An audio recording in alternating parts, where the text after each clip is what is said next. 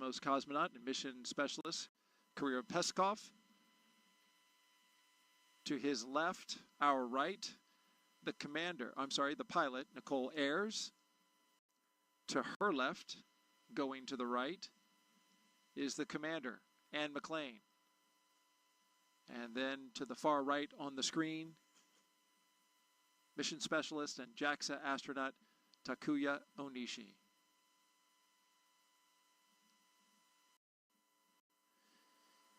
Up next, we'll be looking for the Launch Escape System Health Check.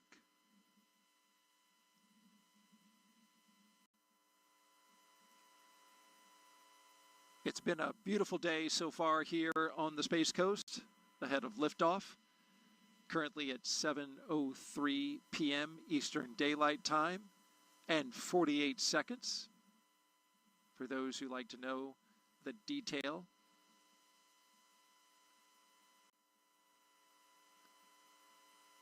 Our journey today began at astronaut crew quarters at T-minus 4 hours when the astronauts began suiting up after a good weather brief, some breakfast, and health checks.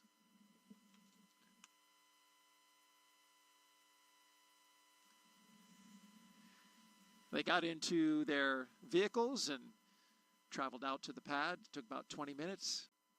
They ascended the launch tower and then crossed that crew access arm that you see on the right-hand side of the screen. That took them into the white room at the very end of the arm, and they ingressed into the spacecraft where they are now. Got less than 90 minutes until liftoff. They performed this routine exactly as they did today on Wednesday during the first launch attempt. We got down to T-minus 43 minutes until we had an issue with some ground equipment and the hydraulics, where there was a trapped pocket of air inside the system. That was fixed and bled out on Thursday, and now the ground support equipment is good to go. The launch vehicle is go, and so is the spacecraft.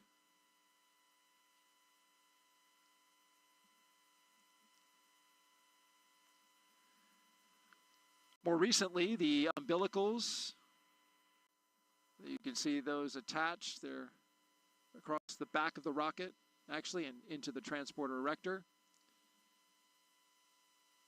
They provided some comm checks through those. We did some suit leak checks for the astronauts inside the capsule. We also did some comm checks, completed those. And the closeout team closed and sealed the hatch right after they got a leak check of its own inside the capsule to make sure that nothing would leak out. There you see it there. And that side leak hatch check is good. Side hatch leak check, rather. Also a final check for FOD, which is foreign object debris.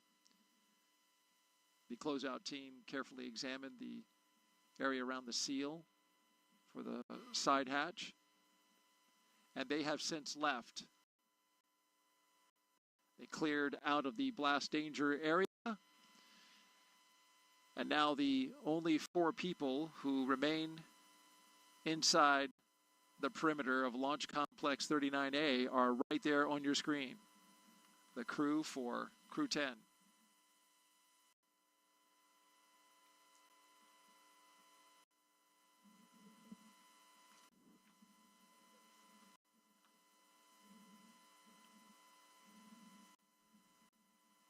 This Dragon Endurance spacecraft is a special one for NASA. It's also special to Jessica, as you noted so well, and talking about the name of Endurance, and a historic ship that helped Shackleton cross the Antarctic. The Dragon spacecraft Endurance will take Crew-10 to space today in its 4th space flight. Since its first flight in 2021 for Crew-3, SpaceX's Endurance Dragon has been a workhorse for NASA's Commercial Crew program, flying mission after mission. It has safely carried astronauts to the International Space Station. With Crew-7, Endurance proved its reliability yet again, marking its third journey to orbit. In all, Endurance has flown 10 astronauts and 2 cosmonauts to and from the International Space Station. And it's supported international crews from NASA, ESA, JAXA, and Roscosmos.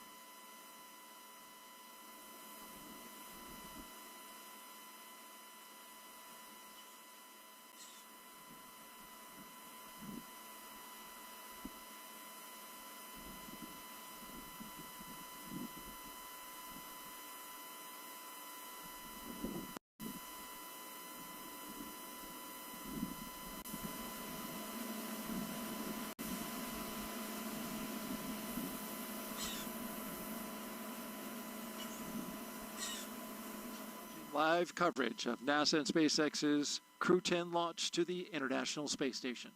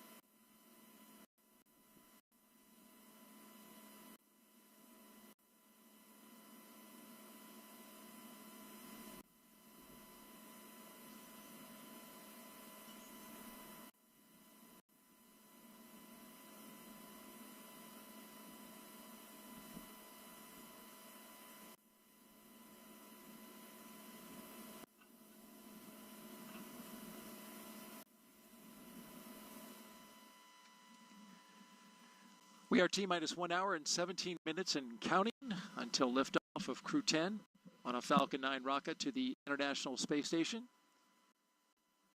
Crew-10 will be the latest crew to fly as part of NASA's Commercial Crew Program, which uses private companies to transport people to and from the orbiting lab from right here on U.S. soil. We've had a great countdown so far. What a beautiful shot. The Indian River Lagoon in the foreground. In the background, a Falcon 9 rocket and Endurance spacecraft with Crew-10 on board. Weather is 95% go, The only tiny concern is the formation of cumulus clouds, but as you can see from this view, we don't have many of those around here, and that's a good thing.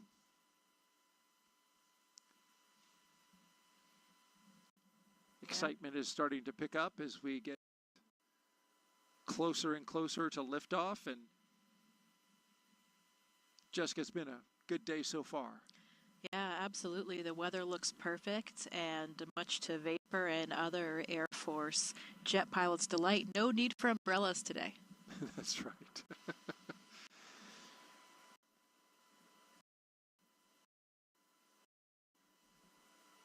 Crew getting comfortable, getting closer and closer. They're getting excited.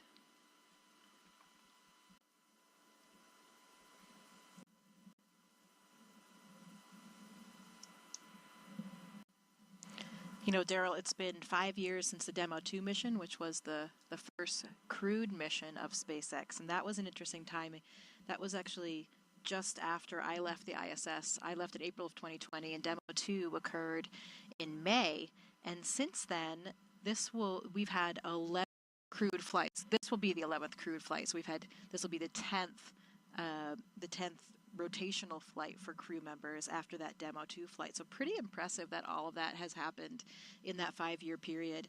And another fun fact, the Demo 1 mission, which was of course the mission without a crew for that very first test of the Dragon and docking to the space station, that was when Anne McClain was on board for her first mission in 2019. So she played a very crucial role of getting in Dragon and doing all of those checkouts after that vehicle had docked to the space station. So pretty cool full circle story here of Anne being up there for that first uncrewed mission, and now in Crew-10, the 11th crewed mission in the last 5 years. So pretty impressive. How about that? She saw the first Dragon come up, and now she's on board the 11th. And for you too, right there at the beginning, you know, we're on our 10th operational mission, as you mentioned, and now when you look back, you think about just being right there at the beginning of the commercial crew program when that Dragon docked at the ISS. It was really exciting for, the entire country was so thrilled to have the ability to fly to space from American soil again. Yeah, it was really wonderful to resume that aptitude to send rockets and with crew members on board from American soil again from here in Florida, and of course still trading off regularly with our Russian counterparts with Soyuz flights. So we're still continuing to fly American astronauts on the Soyuz, and as you see, we have a Russian cosmonaut on the Dragon today. So really nice that we maintain this spirit of international cooperation on board the International Space Station.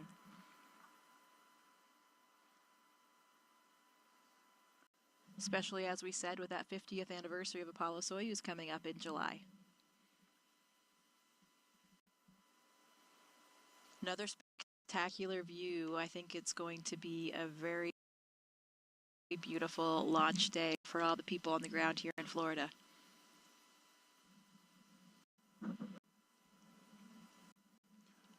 Absolutely, we are headed in that direction.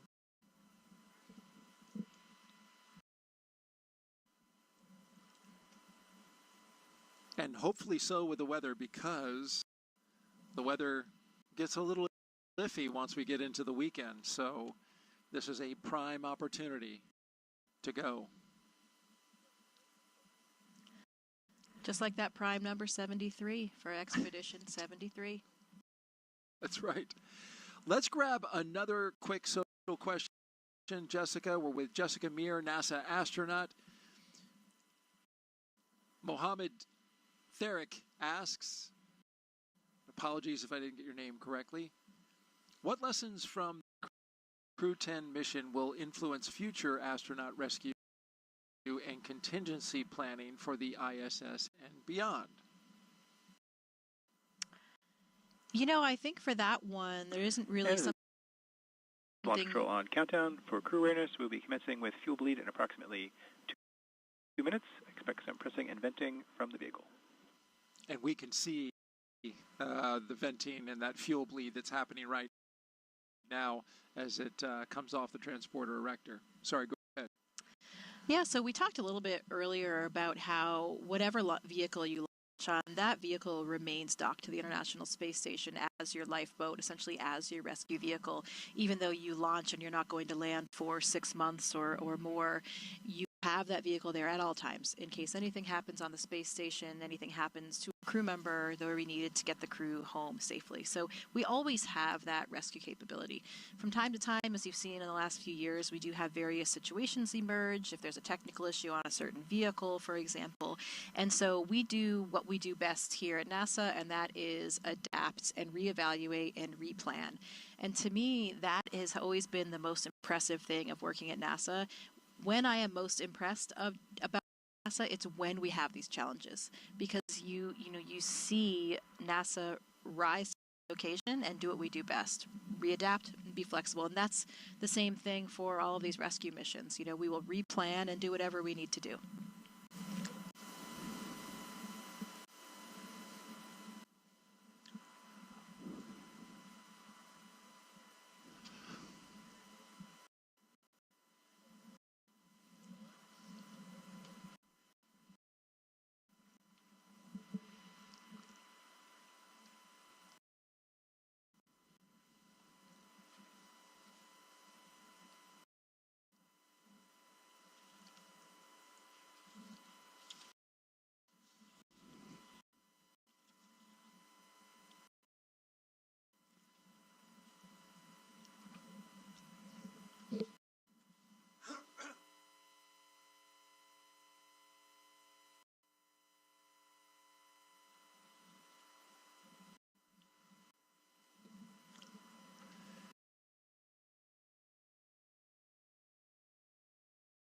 Good afternoon. You're watching live launch coverage of NASA and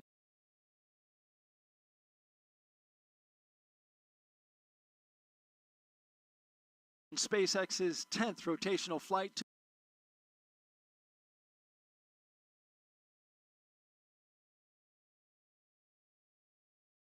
to the International Space Station. I'm NASA's Daryl Nail, and with us again today is NASA astronaut Jessica Meir. It's great to have you back again. Thanks, Daryl. It is wonderful to be here. Sending your friends and colleagues up to space is always the best thing that you can do as an astronaut here on the ground. So I'm so excited to be here playing a role in all of it. And a big reason that you're here, to see your good friend Ann McClain off to space. Liftoff for her and the rest of the crew is at 7:03 p.m. Eastern Time from here at Launchpad 39A. But before we continue our coverage, a quick reminder about Jessica's experience. The SpaceX Dragon that you're watching here today, soon, hopefully coming up next year, the Artemis 2 vehicle will launch and send our first astronauts to an orbit around the moon. So it's a very exciting time for us. We certainly have a lot to look forward here on the Space Coast and for the United States space program. Some background, though, on today's launch attempt. It is the second launch attempt for Crew-10. On Wednesday, NASA and SpaceX stood down from the first attempt after teams discovered a suspected pocket of air trapped in the ground support hydraulic system used for the clamp arm that you can see there on your screen. It is wrapped around the Falcon 9 rocket and holds it to the launch arm. Yesterday, ground support teams successfully flushed that hydraulic system, and now it is ready to go for today's launch. The crew had a little bit of break while they worked on that. Yeah, they did. The crew was able to relax yesterday. I think it was a very fortuitous opportunity because, the day before you launch, they're still probably doing all of these things that are giving them a little bit of stress, dealing with last-minute issues. And then yesterday, they had already done all those things for the previous launch. So they had yesterday to really relax and just a chance to be outside at the beach house and just take it all in, appreciate some of the sights and sounds and feels of the Earth before they go to their new home on the ISS. Crew-10 will be launching from pad 39A that you see there. Big props to our flight operations crew right here at the Kennedy Space Center for those beautiful views. You see the helicopter on the left part of your screen orbiting around the pad, going in circles, and appropriately so, here on Pi Day. Once the crew, I'm sure making Ann McClain feel right at home, too, the sweet sounds of the helicopter in the distance. Absolutely. A helicopter pilot herself, and all of them pilots inside the capsule today. In a little over an hour, this spacecraft and rocket will lift off So let's take you through the rest of their launch day previously leading up to this moment. After waking up and having a bite to eat, SpaceX helped Crew-10 into their suits, as you can see here inside the historic crew quarters suit-up room. They also played a card game, a tradition to use to get their bad luck out of there, losing for the commander and the chief winning. Then we saw them walk out, Crew-10 waving, taking the same footsteps as every NASA astronaut since Apollo 7 in 1968. Walking out, greeting the crowd, getting into their vehicles, and then joining a security-escorted caravan for a 20-minute ride to Launch Pad 39A. And then there they are, looking up and looking out as they walk down the crew access arm into their spacecraft on top of the rocket. And now they are locked and loaded inside the spacecraft. And we are watching them live while they await the next big milestones, the fueling of the Falcon 9 rocket and the arming of the launch escape system. Throughout this broadcast, we've been taking your questions from social media, so keep sending them. #AskNASA on NASA's YouTube, Facebook, X, and Twitch platforms. Also, for those of you watching on NASA's YouTube channel right now, a reminder to make sure you refresh your player or browser to join our live chat. Now, at this time, we are expanding our coverage and would like to welcome SpaceX and NASA commentators joining us live from Hawthorne, California, where the SpaceX mission team is located. And a great good afternoon and welcome to both of you.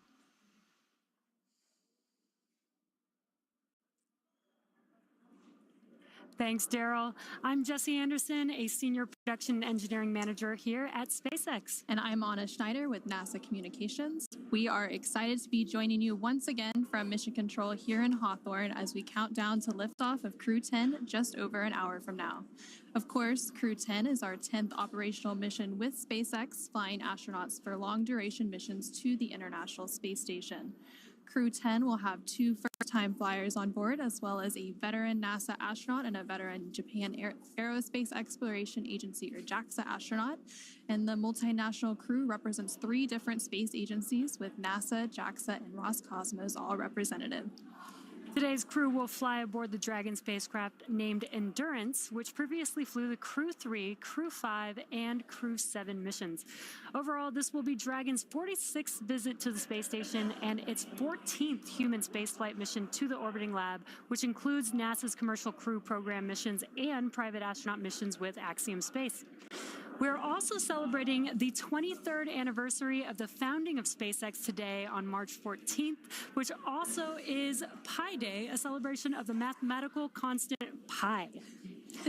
Now, over the last 3+ hours, Crew-10 has been going through the detailed process of getting ready for their mission to the International Space Station. So let's go ahead and take a moment to introduce you to the crew. In the commander's seat is NASA astronaut Anne McClain. She's making her 2nd trip to low Earth orbit. The Spokane, Washington native and U.S. Army colonel was selected by NASA as an astronaut in 2013 and has spent a total of 204 days in space, completing 2 spacewalks totaling 13 hours and 8 minutes outside of the orbiting laboratory. Next to McClain in the pilot seat is Nichole Ayers, who was selected as a NASA astronaut in 2021. The Colorado native graduated from the Air Force Academy in Colorado Springs and is a major in the U.S. Air Force, and this will be the first spaceflight for Ayers. Serving as a mission specialist is JAXA astronaut Takuya Onishi, and today's flight will mark Onishi's 2nd trip to the space station. He was selected as an astronaut by JAXA in 2009 and has logged 113 days in space previously. To round it all out, the final mission specialist is Roscosmos cosmonaut Kirill Peskov, and he was selected as a cosmonaut in 2018 and will also be making his first spaceflight today. Once on board the International Space Station, Crew-10 will briefly become members of Expedition 72 and then Expedition 73 in April. They will conduct space station maintenance and scientific research to understand material flammability, contributing to future spacecraft design, and study how spaceflight affects human physiology and psychology. The crew will also engage with students worldwide via ham radio and use its existing hardware with newly integrated software to test a backup lunar navigation solution. To date, SpaceX has flown 56 crew members to space since the Demo 2 mission in May of 2020, which was almost 5 years ago. Coming up here at T-minus 45 minutes, we'll be listening in for the team to report their readiness for propellant load with a final go, no-go poll. And so far, today continues to be a smooth countdown, and we're looking good for an on-time liftoff at 7:03 p.m. Eastern Time from Launch Complex 39A in Florida. Now here on the ground, the teams will be staffed around the clock in mission control just behind us to monitor Dragon and the mission, and not just for today, but throughout the entire mission, from liftoff to the Crew-10's arrival at the space station, all the way through splashdown when the astronauts return back home. And on console or headset in mission control, which you can see there on your screen, there are 6 key positions. The mission director is in charge of the room and tasked with making real-time decisions to ensure mission success. The person that you may hear talking to the astronauts is the crew operations and resources engineer. You'll hear us refer to them as the core throughout the broadcast. And there are 4 additional team members focused on vehicle systems, including avionics, navigation and control, software, propulsion, life support, and communication with ground support teams. Now, apart from mission control, our Falcon 9 team... Dragon SpaceX, cycling orbit tank isolation valves to equalize low flow pressure. Additionally, I can give you a go to step into Section 5. When ready, report go for launch.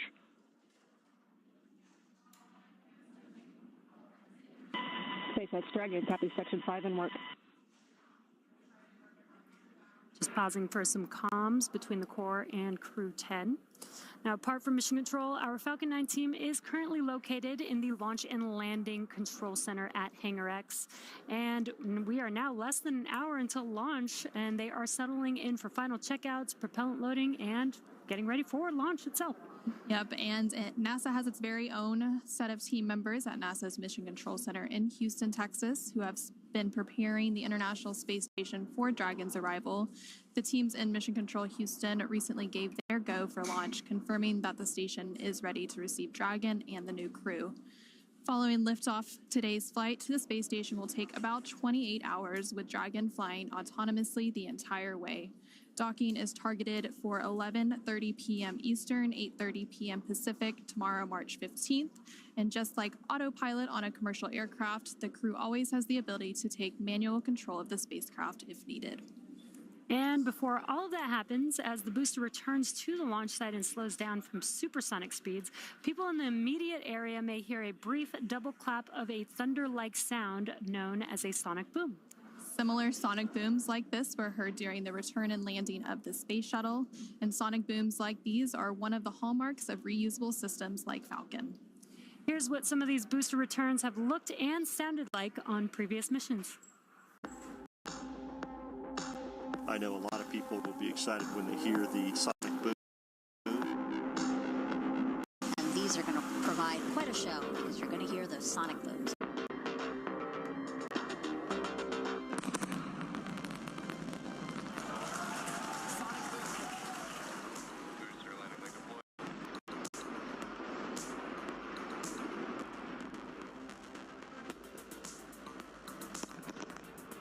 Sonic boom is great for us. That thunderclap broke the sound barrier.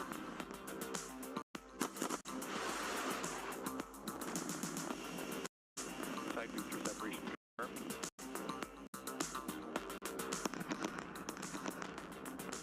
Just heard the 2 sonic booms here in the room. Booster landing confirmed.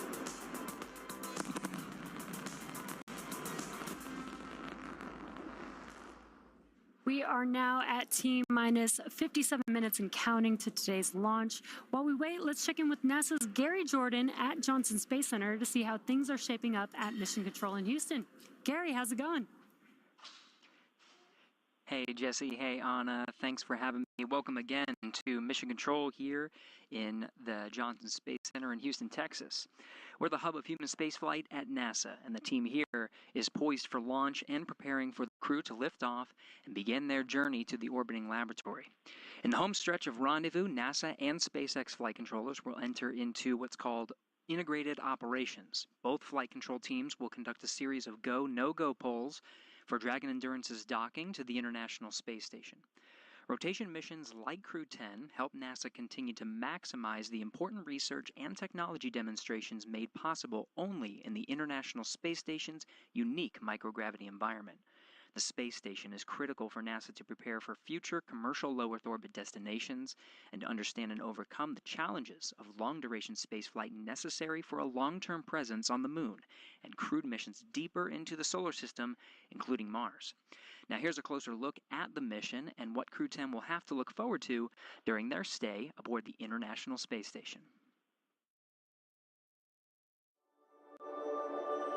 The Crew-10 mission is going to be a rotational mission to the International Space Station. So we will launch aboard the SpaceX Dragon capsule and the Falcon 9 rocket. I'm just enjoying the way towards the launch. Of course, I'm looking forward for the day of launch. And we are going to stay there about a half a year. So the first goal of Crew-10 is to continue learning about the Dragon and the Falcon 9 rocket that we're going to be flying on to enable SpaceX to continue their development of rockets and even private astronaut missions in the future. The other mission is to get us safely to the International Space Station so that we can crew this incredible national orbiting laboratory that we have and continue the science experiments that we have ongoing there. One of the unique characteristics of the International Space Station is microgravity. We get to learn how humans and plants and other types of hardware react in the space environment and the microgravity environment. And it helps us to develop all kinds of new materials, medicines, and it helps us to push our knowledge forward. The discoveries that we make on board the International Space Station then inform what we do on Earth, and it allows us to further both humankind here on Earth and get to further places in the universe. So I've often been asked why we explore, and I think it's different for everybody. When people are born, they naturally want to explore their environment, first as babies, and then as kids, and finally as adults. That's how we expand our world, and that's how we find something new. Every time that we make a further step, we learn something and we learn how to adapt, and that is so important to humanity. This is probably the main things which drives us forward and helps us to survive as a species. There are so many unknowns in space, and as explorers and as humans, we want to find out what's in that unknown. For me, it's the fact that I get to be a small piece of figuring out what the unknown is and taking that next step to get to the Moon and to Mars and the Artemis program. Our ultimate goal is to go to Mars, but it's not an easy journey, and when we face a new challenge, we must solve it step by step. I think that's one of the biggest benefits of the International Space Station. We're outside of the atmosphere, and now we don't have the protection of the atmosphere. What happens, and how do we better prepare our people, our hardware, our food, our water systems for that deep space exploration? It's really important on the space station that we learn those lessons now when we're in low Earth orbit. That way we know what we need to bring with us when we go onto the Moon with the Artemis program. One of the things that we do on the International Space Station is work with our international partners all across the world. I think it's hard to overestimate the value of international cooperation in space exploration because we all know that it takes much time and effort. Space is hard, it's very challenging, it's sometimes unpredictable, and that's why I think cooperation is the key to success. The International Space Station wouldn't be international without all of our partners. And our goal is to be a beacon of hope for all of humankind so that people can look and say, this is what we can accomplish when we work together. T-minus 52 minutes and counting. We just pulled go for NASA and SpaceX to begin propellant load at T-minus 35 minutes. A great update there to our milestones. We now have NASA's Megan Cruz live from a nearby launch viewing location here at Kennedy Space Center. Megan.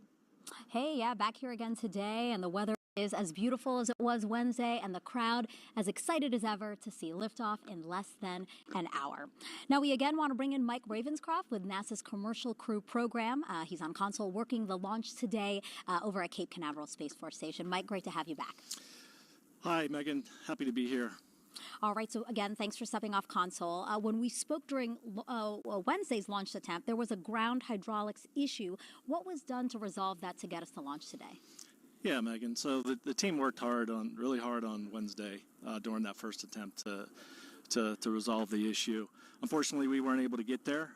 So the teams, the SpaceX and NASA team, met Wednesday evening, Wednesday night, and developed a troubleshooting plan to go ahead and restore this system back to operational.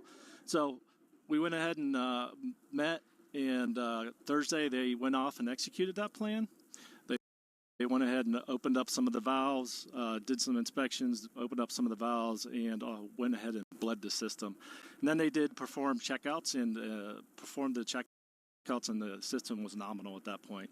So we got back here today on launch countdown, and did some additional checkouts, normal checkouts that are performed on day of launch, and everything's checking out good. That's wonderful to hear, and it's always great to see teams coming together to resolve issues to get us to launch. Now, as CCP's Launch Vehicle Systems Office Manager, you were also part of keeping an eye on today's booster, correct? Which is flying for its second time. Yeah, Megan. So we watched that booster from the beginning when it's starting to be built, the whole way through production, the whole way through all the testing that's performed, even before it's getting that first launch, which occurred in December for the Empower E mission. So we track all that, track all the issues that come out from all that in the first flight, and we review all that data. And then when it goes into maintenance for our flight, we are tracking all that work along with SpaceX and ensuring that the vehicle is ready for day of launch and a safe flight for the crew to the ISS. And Mike, last question for you. How do you feel just being a part of NASA's Commercial Crew Program? This is awesome. I can't imagine myself anywhere else. This program, I've been here for quite a while, and this is a family. You get to work with folks from all over the country, from California to Texas to Alabama to here in Florida, and it's just a family, and that's how we feel about each other. We work hard. We get to work with a lot of great contractors, and so day in and day out, you get to show up for work and enjoy what you do. Yeah, and do amazing things together. Mike, thank you so much. We appreciate your time. Thanks, Meg. Appreciate it. All right, let's get back over now to Anna and Jesse in Hawthorne.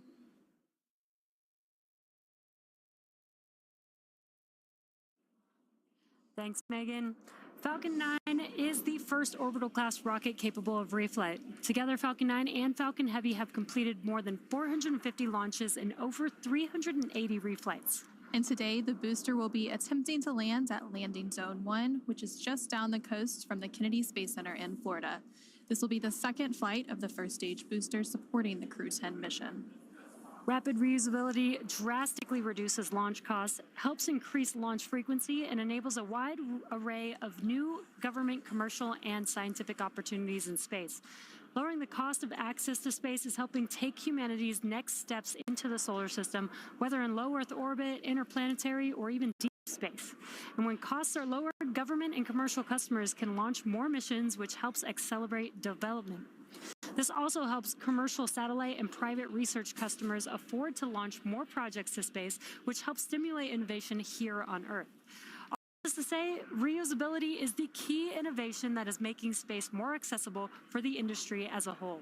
And just like the first stage of Falcon 9, Dragon is also reusable. The reusable Dragon spacecraft has flown people to the International Space Station 13 times, and as we mentioned earlier, today's crew will fly aboard the same Dragon that previously flew the Crew-3, Crew-5, and Crew-7 missions. But back to today's mission. We are coming up on T-minus 48 minutes to launch, and our teams are carefully moving through the pre-flight process. Now, a lot of preparations have brought us to this point, including a dry dress rehearsal, static fire on Sunday, and an initial launch attempt on Wednesday. Now, we did stand down from that attempt due to a hydraulic system issue, but the teams completed inspections of the ground support hydraulic system used for the clamp arm supporting the Falcon 9 rocket and successfully flushed a suspected pocket of trapped air in the system. Now, all of that hard work brings us to today's launch, and next up in our the team has pulled go for LES arm, propellant load, and launch.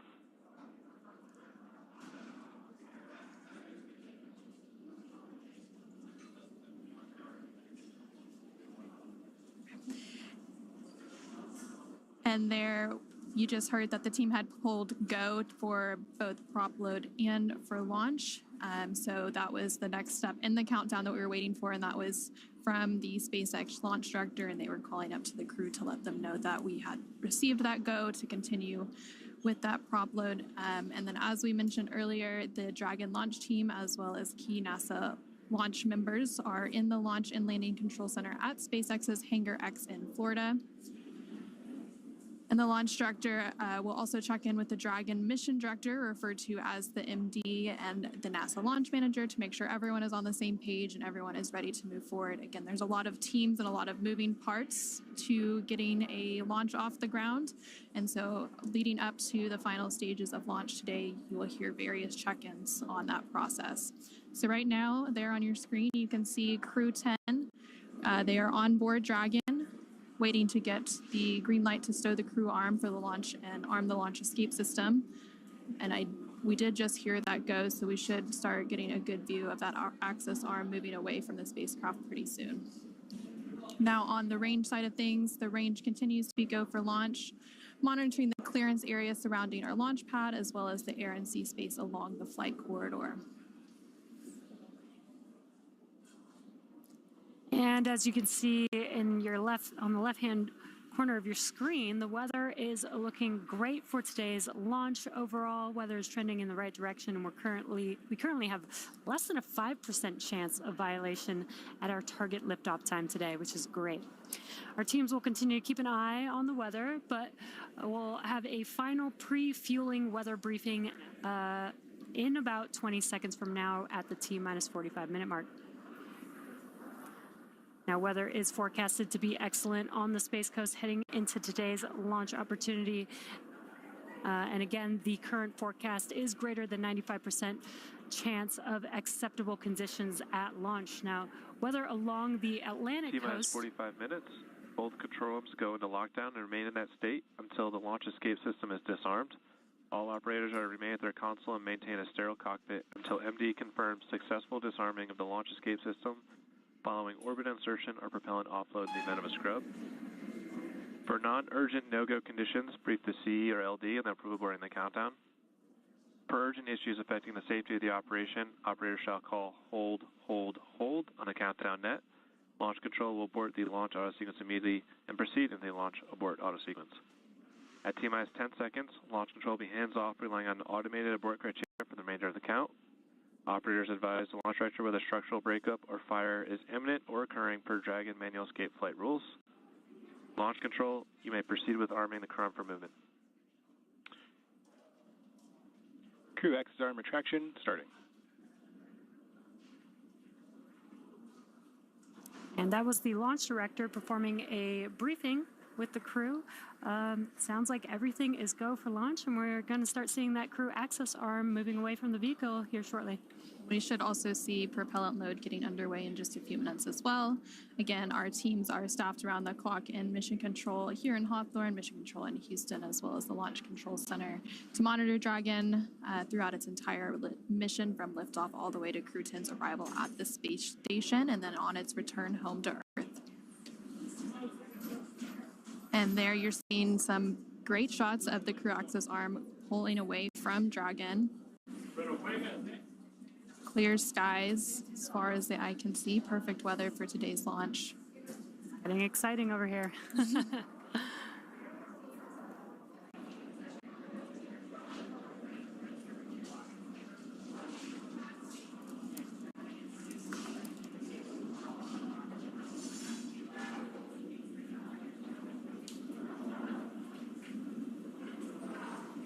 Yeah, weather looks amazing over there at pad 39A. You can see that crew access arm still moving. It'll move all the way to that 90 degrees away from the vehicle. Crew access arm retraction complete. And there we just heard confirmation that the crew access arm has been fully retracted. That process is now complete. Again, the next step in our process leading up to today's launch at 7:03 p.m. Eastern, 4:03 p.m. Pacific will be the propellant loading, and that should be getting underway here shortly. In the meantime, let's go ahead and check back in with Daryl at NASA's Kennedy Space Center in Florida. All right, thank you very much, ladies. Back here with NASA astronaut Jessica Meir as we orbit the launch pad, Launch Complex 39A here at the Kennedy Space Center, going in circles on Pi Day. Seems fitting, Jessica. Absolutely, it does. This is the day for it. We've got a few milestones coming up here in the next few minutes. We're going to close our visors at T-minus 39 minutes.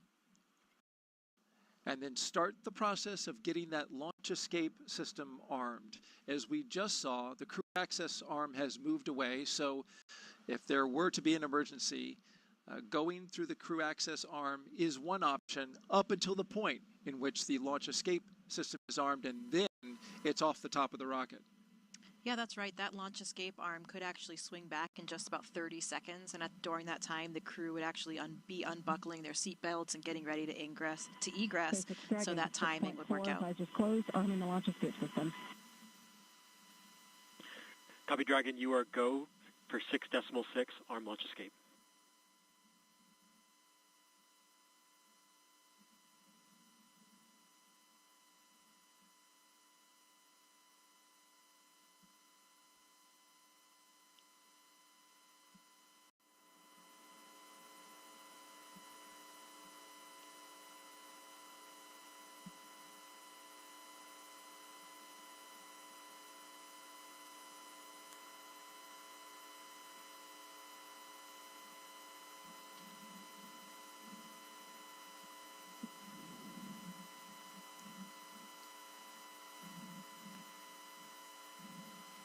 Running these milestones early at this point, which is a good thing. We heard Commander... Launch escape system is verified armed.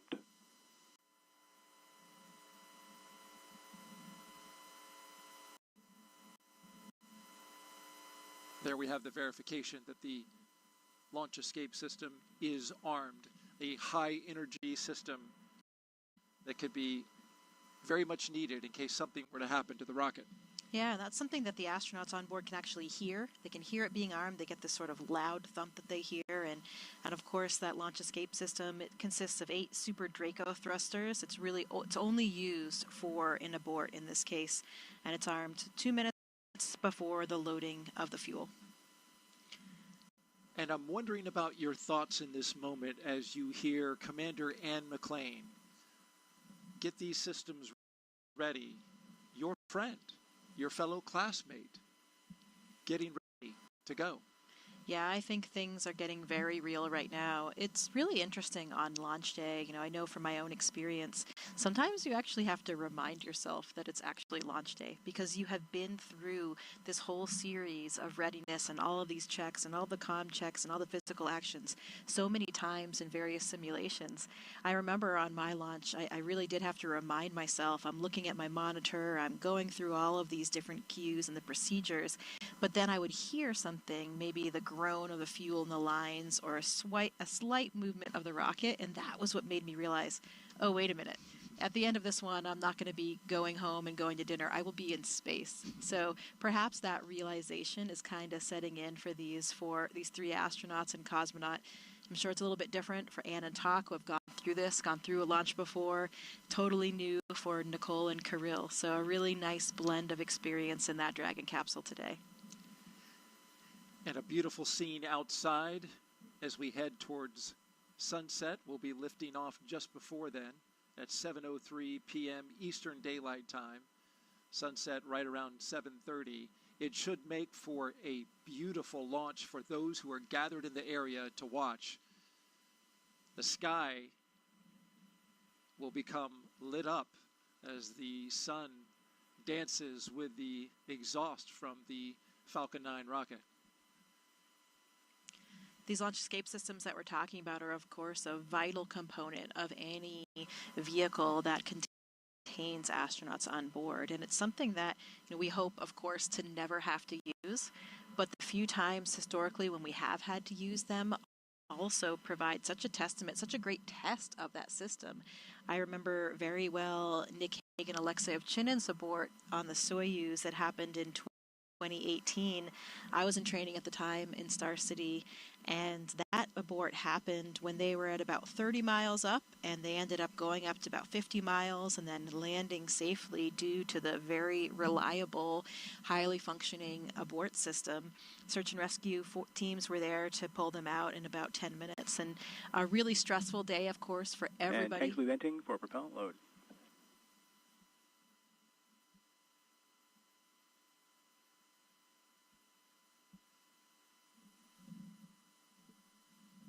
That was a stressful day for everybody on board and everybody on the ground, but again, a really nice test to see that these systems are in place for a reason and they do work.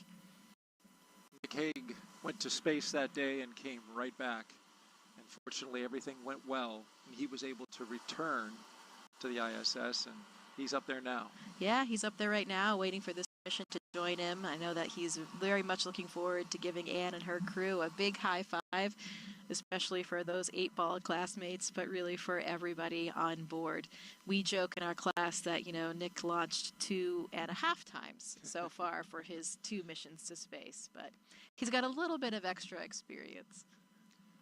We have learned so much during your time here, Jessica, spending it with us, giving us your insight and talking about your experiences in space flight. We appreciate it deeply. Also, the audience appreciates it as they continue to ask questions on NASA's social media channels, #AskNASA, Twitch, Facebook, YouTube, and X. Dolores Kiefer asks now, can the ground crew talk to the astronauts during fueling? Yeah, they can. We just heard a call go, and those comm loops are open. You know, of course, we can talk to the crew if in case of any type of emergency or any type of information that they need. We have those comm loops open. Interestingly, speaking about that, the crew can actually hear the fueling process. So they can hear the valves, they can hear the flow of the fuel as well. So interesting for them to be following along with the process. Can hear it, see it, and feel it. Just a few seconds now before we start propellant load for the Falcon 9 rocket.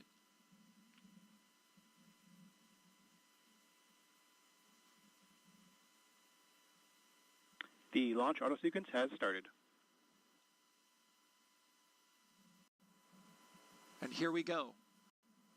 Tanks are being filled. Prop load is underway. A very dynamic time for the astronauts and the ground crews.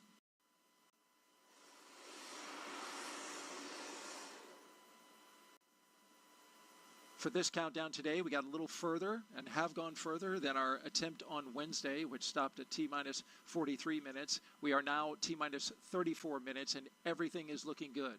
The vehicle is go, spacecraft is go, ground teams are go, and now we are tanking this rocket.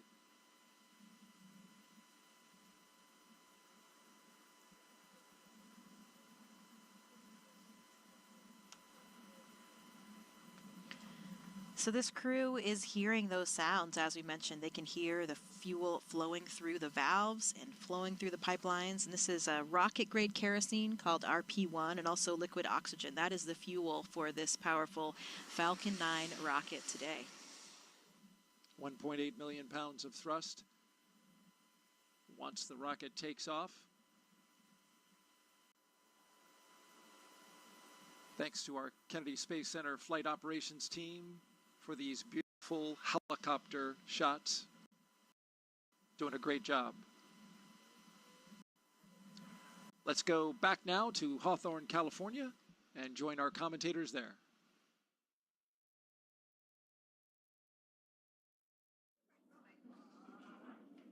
We are at T-minus 33 minutes from launch and getting closer and closer to launching Crew-10 into space. After the long-duration mission is complete, Crew-10 will be the first NASA commercial crew mission to target a return splashdown in the Pacific Ocean. NASA and SpaceX have been working together toward certification and readiness for Dragon recoveries on the West Coast. Since 2019, Dragon recoveries have primarily occurred off the coast of Florida. SpaceX is moving Dragon recovery operations to off the coast of California to allow Dragon to complete its deorbit before safely jettisoning the trunk over the Pacific Ocean, comparable to the first 21 Dragon missions. Crew splashdown locations are near Los Angeles, Oceanside, and San Diego. The recovery vessel Shannon will be stationed in Long Beach, California to support the new operations. And to establish this capability that improves public safety, NASA and SpaceX worked for months establishing new sites, obtaining regulatory approvals, performing engine assignments and software changes, as well as tabletop exercises and flight rule updates. It'll be really exciting to see Crew-10 come home after they're done with their long-duration mission. But Crew-9, who Crew-10 will be handing over once they get docked to the space station, will, of course, still splash down off the coast of Florida in a few days. But back to today's mission, let's go ahead and learn more from the astronauts flying today. You know, I often get asked why we explore. Some people explore because it's exciting to ride on a rocket. They like the boom, they like the flying, they like the electronics, they like to go fast. Some people want to explore to answer questions about the context in which the Earth exists. How old are we? How many galaxies are there? How big are we? Are we like a speck of dust on somebody's sleeve, or are we the biggest thing going out there in the universe? Curiosity is like the main power that moves us forward. Space exploration is important to satisfy this curiosity. As we go on to the moon and Mars and look at what those planetary bodies are made of, we can learn a lot about the Earth itself and how to better humankind. I think it's important for us as a species to expand our boundaries, because that's how we advance our technologies and civilization. We have to continue to explore, continue to push the boundaries. And I think really throughout the history of humankind, we've always explored. And so when people ask why we explore, I would like to ask back, what type of society would we be if we lost that curiosity? Is that somewhere that we'd want to live?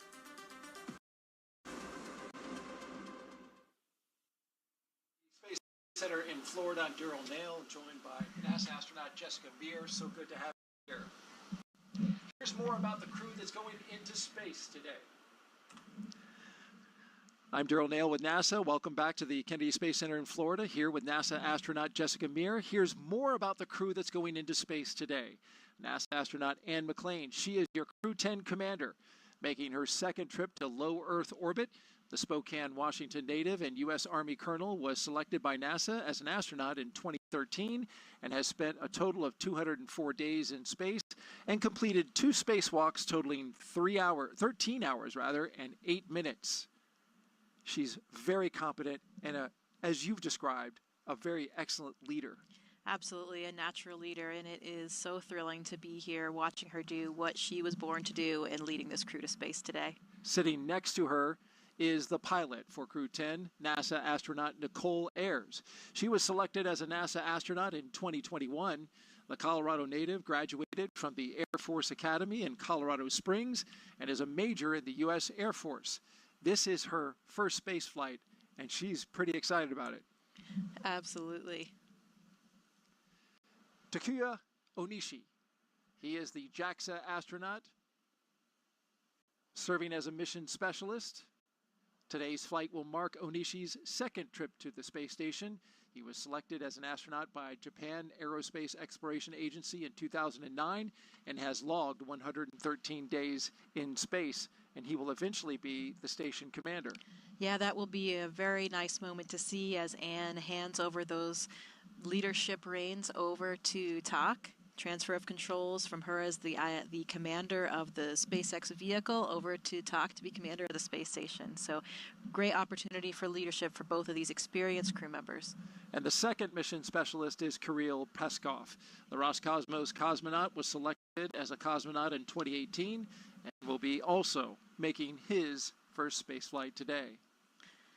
This is really the ultimate of Kirill's very curious and adventurous nature. I hear he loves to discover all aspects of and areas of Russia and the U.S. now in his SUV, and he is always exploring, so this will be the ultimate of his exploration today for him and for all of his crew.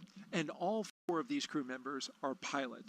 They speak that common language of aviation. That must be comforting to all of them. I think so, and I think it has brought them closer together as a crew. They can almost read each other's minds, they say. Sometimes, they don't even need words, and they have this shared sentiment, this shared language. It makes them a very synchronous, cohesive crew. And for the past year and a half, that crew has been training diligently to be ready to help conduct science investigations aboard station. The crew will perform biomedical research and technology demonstrations over the 4-month expedition. Commander Anne McClain is participating in the Canadian Space Agency space experiment involving heart health. This headband is actually connected to sensors throughout my body, and they are collecting real-time data on my heart rate, oxygen saturation, and my respiratory rate. Imagine the day where you go see your doctor because you're concerned about your heart health, and they give you these sensors to wear, and they get this massive, comprehensive look at your cardiovascular health over multiple days doing multiple activities. Another science investigation on board involves tiny materials inspired by our own DNA that could help be used here on Earth with those people who suffer from arthritis in their knees.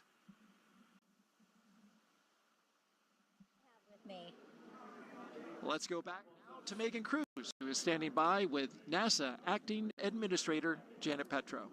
Yeah, that's right. Acting administrator since January. And then, of course, before that, center director here at Kennedy since 2021. And how does it feel to be back here to watch another crewed launch? Oh, my God. I can't, Megan, tell you how excited I am to be here. And I was here the whole week. You know, we had unfortunately had the scrub on Wednesday.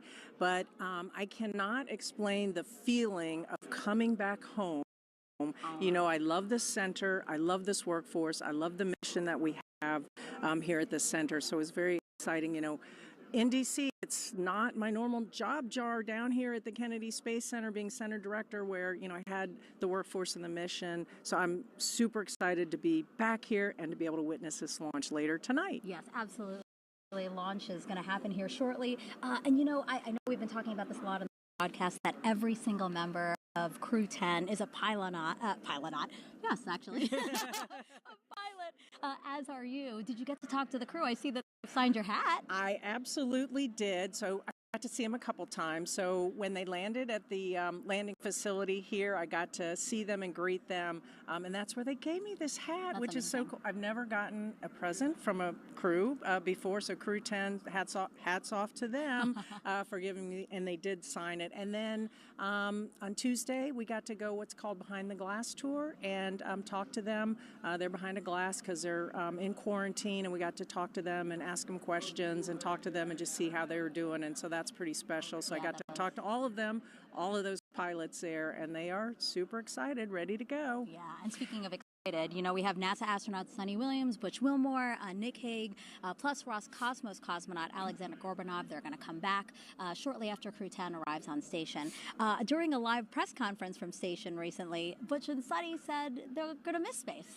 Absolutely, because you got to think about the astronauts. And by the way, last week from Johnson Space Center's Mission Control, I did get to talk to Butch, Sunny, Nick, and a little bit to Don Pettit there. So I got to talk to them as well.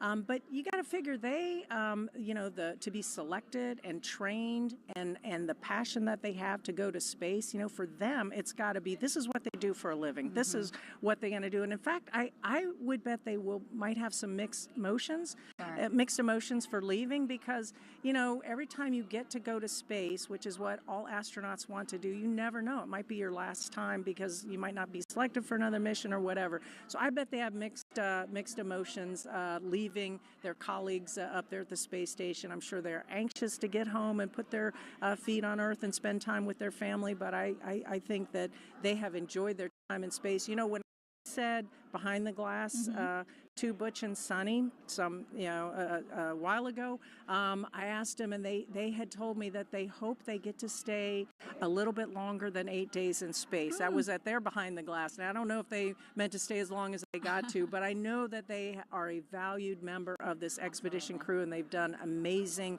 research. They've done spacewalks together. I think Sunny now holds a record for the most amount of time in the vacuum of space.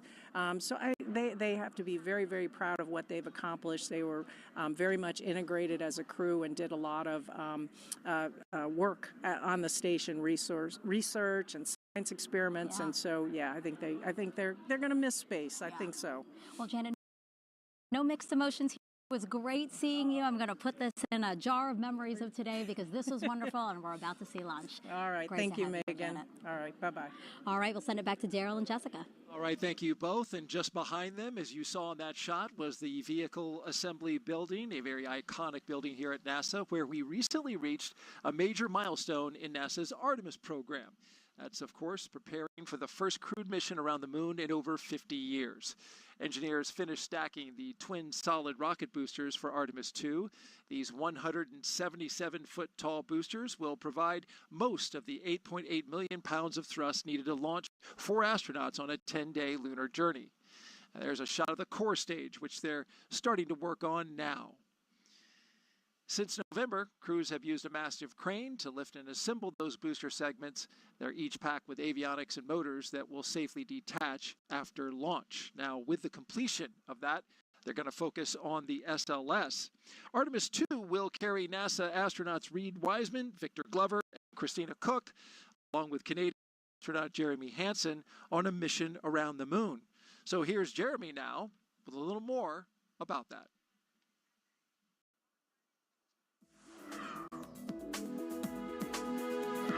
Hey everyone, I'm Canadian Space Agency astronaut Colonel Jeremy Hansen, mission specialist for the Artemis 2 mission.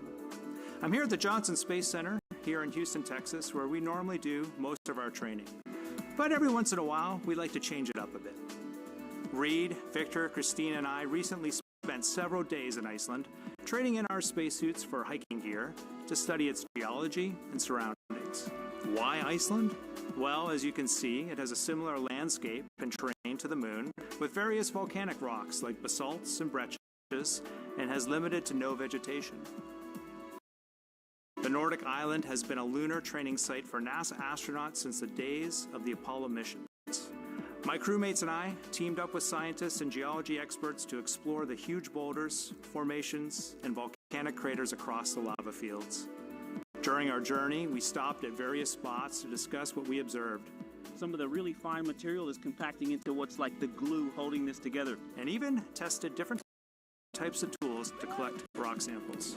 Although we won't be landing on the moon during our mission, this field work and navigation practice will allow us to make informed observations when passing the lunar surface and pave the way for future Artemis crew training. And that's your Artemis Moon Minute.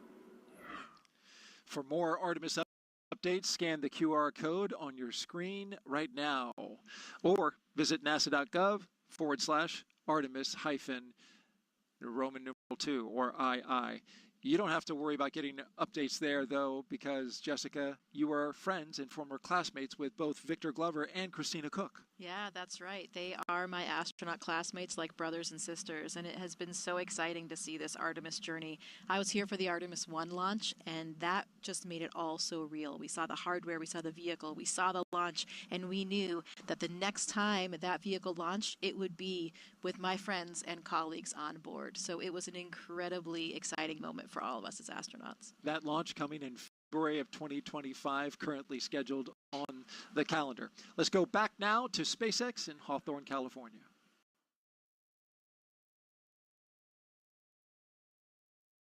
Thanks, Daryl. As we continue to count down, let's take a closer look at the vehicles that will be taking Crew-10 to the International Space Station today. Falcon 9 is a two-stage rocket developed and manufactured by SpaceX, known for its safe, reliable, and cost-effective access to space. It's also the first orbital-class rocket capable of reflight. And sitting at the top of Falcon 9, Dragon and its trunk stand over 26 feet tall. There are 2 windows on the spacecraft, plus one underneath the nose cone. The nose cone opens shortly after launch to expose the forward bulkhead thrusters and docking mechanism that will connect with the space station. Dragon's trunk holds solar cells, which power Dragon while it's in free flight, and the trunk can also carry unpressurized cargo. Now, Dragon has played a significant role in advancing our future in space by safely transporting crew to and from the space station. There are currently 4 Dragon spacecraft supporting human spaceflight missions that have docked to the station. There you can see them on your screen. That is Endeavour, Resilience, Endurance, and Freedom. Now, designed to be the safest spacecraft ever flown, Dragon is capable of carrying up to 7 passengers to and from Earth orbit and beyond. And Dragon has 16 Draco thrusters that can be used in space to help navigate the spacecraft to its destination, each providing 90 pounds of force. That doesn't include the 8 Super Draco thrusters used for an abort, which are no longer active once the crew is in orbit. Dragon has flown 49 times, with 15 human spaceflight missions since 2020, when Dragon became the first private spacecraft to take humans to the International Space Station. In that time, Dragon has flown over 1,000 experiments to space and 56 crew members representing 14 different countries. Dragon has proven to be a versatile spacecraft. It can autonomously dock to the space station when outfitted with the International Space Station docking adapter, as it is for today's flight. When it's not going to the space station and in free-flyer mode, the docking adapter can be swapped out for a cupola. Another option that we have is the Skywalker hardware, which supports extravehicular activities as the crew used during the Polaris Dawn mission. Now continuing down the vehicle, we do have the second stage. The second stage is powered by a single Merlin vacuum engine, or MVAC engine, which is optimized to perform in the vacuum of space. After stage separation, the MVAC will ignite and carry Dragon to its target orbit. Now, the Falcon 9's first and second stages are connected by the black inner stage, which houses the MVAC engine and the system that decouples the two stages during stage separation. And below that is the first stage. Stage 2 load has started. Good call out. Stage 2 LOX loading has begun. Below that is the first stage, which is powered by 9 Merlin engines. These 9 Merlin engines provide the initial thrust to lift. Dragon SpaceX reporting that we continue to track no issues with Dragon or Falcon proceeding to launch. SpaceX Dragon, copy. Great news, just calling out that we're tracking no issues. These 9 Merlin engines provide the initial thrust to lift Falcon 9 off of the ground through the lower, thicker parts of the Earth's atmosphere. Now, each of these Merlin 1D engines delivers about 190,000 pounds of thrust at sea level, which gives Falcon 9 a combined 1.7 million pounds of thrust. And after stage separation, stage 1 will return to Earth for recovery and reuse on a future mission using a combination of the Merlin sea-level engines and the 4 titanium grid fins located near the top of the booster, which will guide it during its re-entry and landing. The Falcon 9 first stage is also equipped with 4 landing legs that deploy and allow for vertical landing on a drone ship or landing pad. Now today, we will be attempting to return the booster to land at landing zone 1. The second stage will power Dragon into its initial orbit before separating, leaving Dragon to continue its journey to the space station using its own thrusters. About 40 seconds after separation, Dragon's nose cone deploy sequence will begin, exposing the guidance navigation controls that help Dragon autonomously fly to the space station. With T0 coming up in just under 15 minutes, our teams are doing a series of system checks to ensure Dragon and Falcon 9 are ready to go. And we are still looking good for an on-time launch today.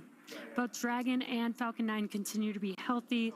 As we continue to listen and watch the countdown, our teams are preparing the vehicle for flight.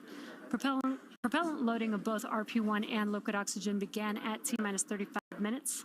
And we also heard the call a few minutes ago that the launch escape system is armed. The launch escape system is designed to propel Dragon away from Falcon 9 in the event of emergency during launch.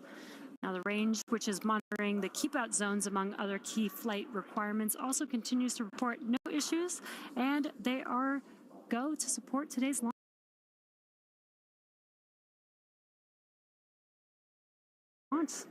And weather also continues to look good. You can see it there on your screen, clear skies. And we are still tracking a roughly less than 5% chance of violation at our target liftoff time of 7:03 p.m. Eastern, 4:03 p.m. Pacific. And as you heard earlier, we're continuing to be optimistic that we're going to maintain these good conditions into launch. And as a reminder, today we have an instantaneous launch window driven by our planned rendezvous point, the point at which Dragon and Station will meet in orbit. The station is orbiting the Earth at more than 17,000 miles per hour, and Dragon needs to catch up. That means we have to deliver Dragon to the correct orbit by timing its trajectory relative to the orbiting laboratory so that they are in the same place in orbit at the same time. So precise liftoff time is crucial for hitting that rendezvous point. And at this point, if we hear a hold for any reason, we would have to stand down and target our backup launch opportunity, which is Saturday, March 15th at 6:41 p.m. Eastern, 3:41 p.m. Pacific. But again, everything and all the systems continue to be go. And for now, we're going to go ahead and turn it over to Gary at the Johnson Space Center for a quick status update from Houston. Hey, thank you, Anna. Back here in the International Space Station Flight Control Room at NASA's Johnson Space Center in Houston, teams continue to work around the clock to monitor activities aboard the Orbital Outpost. Leading the teams inside the room is Flight Director T.J. Creamer. The team in Mission Control Houston, the team in Hawthorne, and the astronauts aboard the space station will track the autonomous docking of Dragon Endurance when they enter joint operations. This will happen when the spacecraft enters the approach ellipsoid, the invisible boundary stretching 4 by 2 by 2 kilometers that helps us monitor all arriving and departing spacecraft, is essentially the neighborhood of the space station. Once docked, crew members in both Dragon and aboard the station will perform a series of leak checks, then work to open the spacecraft's hatch for Crew-10 to float into the station and begin their stay. We anticipate that the hatch will be opened about an hour and a half after the docking.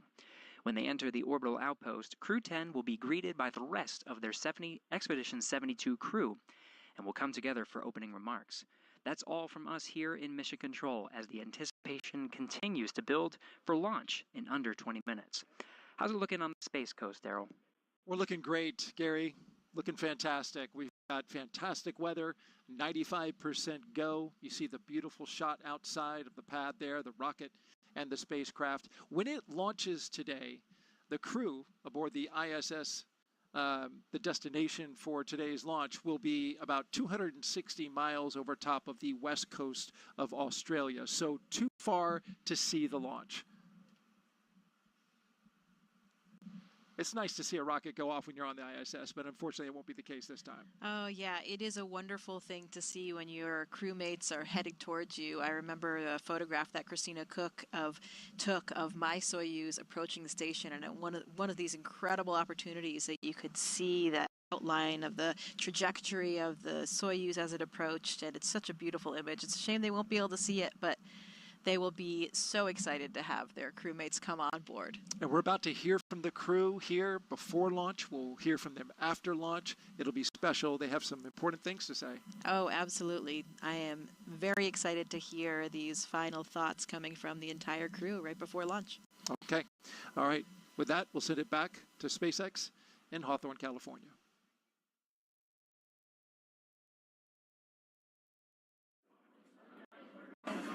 Thanks, Daryl. Our next major milestone on the countdown event will be around the T-minus 10-minute mark, which is just in about 5 seconds, when Falcon 9 launch commit criteria get checked by computers. Dragon, SpaceX, confirm crew displays are configured for launch.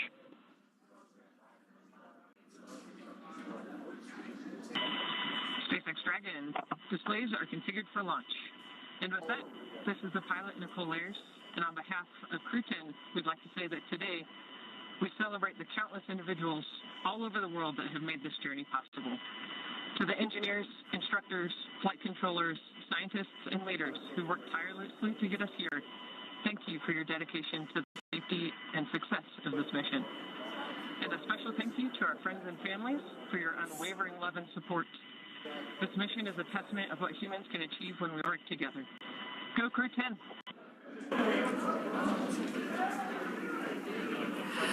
Such great words from the crew. Again, some cheering going on. You can see that on your screen. SpaceX copies.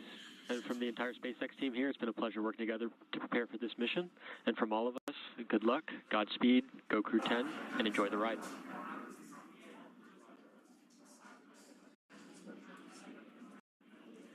Great comms. That was from our core here in Hawthorne in Mission Control. Now, there are many systems in place to ensure that the rocket and the crew are both safe leading up to liftoff and during flight. And now that we are in terminal count, our teams are performing those final checks before launch. And coming up here in just a few minutes, we will start having that stage 1 engine chill start. And now we're just over 8 minutes away from launch. Again, today's ride to orbit will be about 9 minutes, which is from the time of liftoff to second stage cutoff. And then Dragon in the second stage will continue to coast for a few minutes after that prior to separation. You'll hear some performance calls along the way as we get into the final countdown and then after liftoff.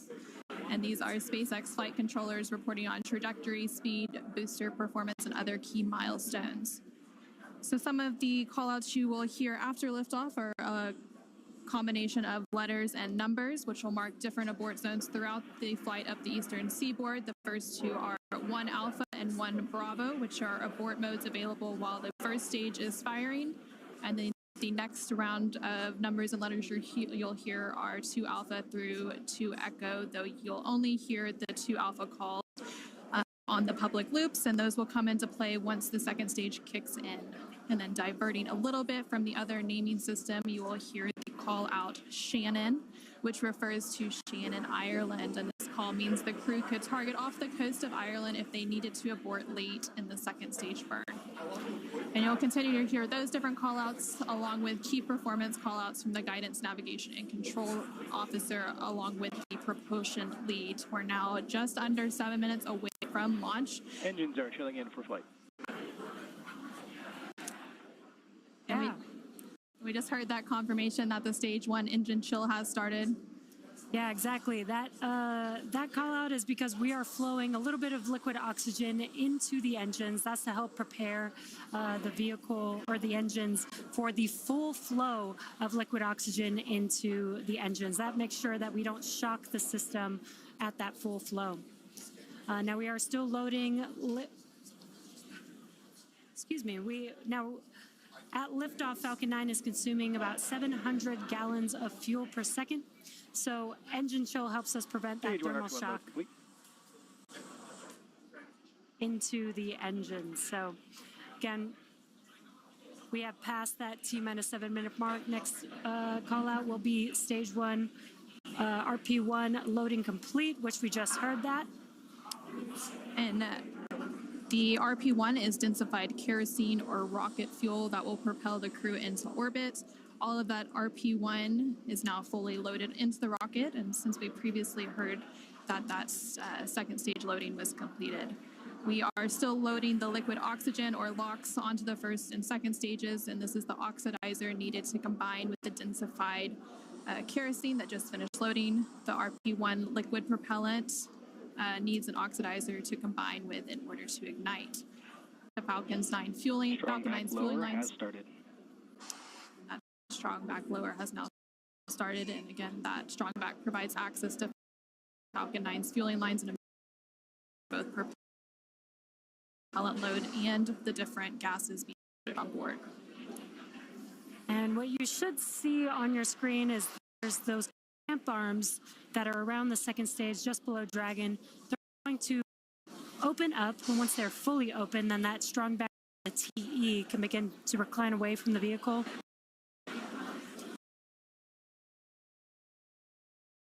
Now initially we are going to recline that TE just about 2 degrees away from the vehicle, and then we will fully move the TE about 45 degrees away up at T0. They're maybe a little hard to see on your screen, but the clamp arms are opening up there. There's a better view. Looks like the clamp arms are now fully open, so that TE will begin to move away from the vehicle. Very slow and slight, but just enough to get 2 degrees away from the vehicle. And then coming up in less than 30 seconds at the T-minus 3 minute mark, the first stage liquid oxygen or LOX load will complete.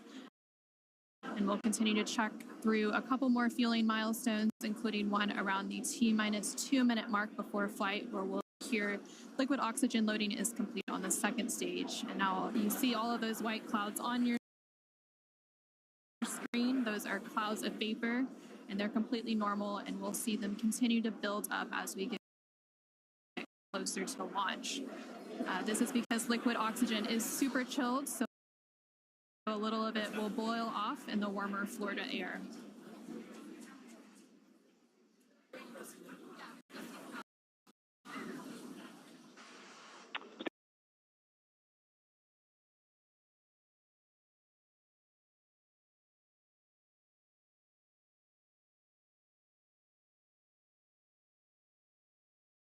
Stage 1, LOX load complete.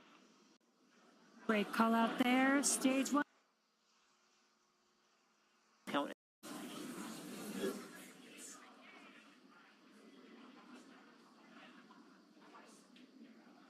Stage 2, LOX load complete.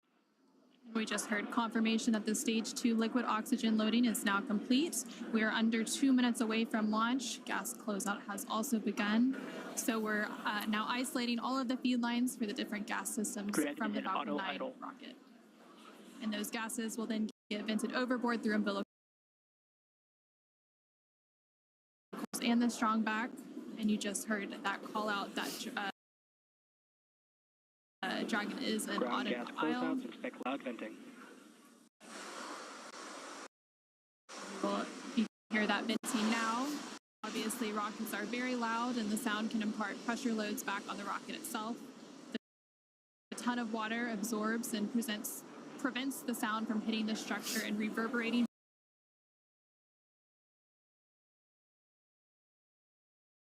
back onto the rocket. And that call out for auto idle puts the rocket in a state the flight computers understand before it takes over, making sure the transition to final countdown is smooth and all the flight computers on board are in sync and configured for launch. Falcon 9 is in startup. And now we just heard that Falcon 9 is in startup. Countdown. And in the final countdown, less than a minute to go, and at the time of launch, the space station will be flying 260 statute miles over the west coast of Australia. Dragon, SpaceX. Go for launch. And great call out. Dragon Crew-10, copy, go for launch. Great call out that we're go for launch, and we do have a large crowd here in front of Mission Nichole, 30 seconds. waiting to watch Crew-10 take off today.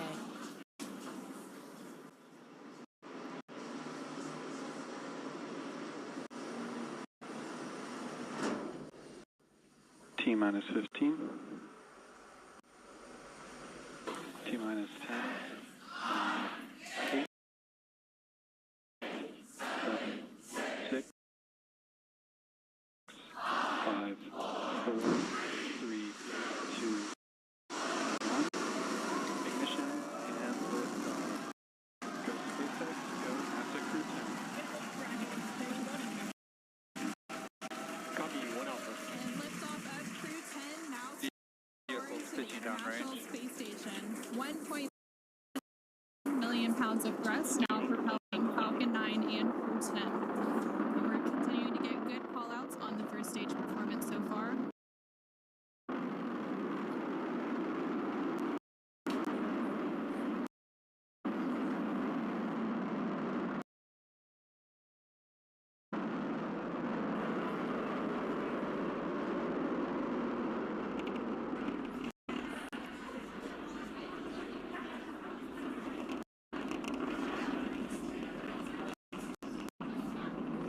We're now 40 seconds into today's flight. Power and telemetry nominal. Continuing to get good performance call-outs. Yeah, we are throttling down the engines in preparation for Max Q. What great timing that was. We just passed through Max Q. That's the largest structural load that the vehicle will see on ascent. Vehicle supersonic.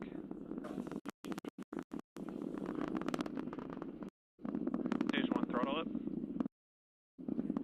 We're now just over 1 minute and 10 seconds into today's flight, traveling at more than 1,400 miles per hour.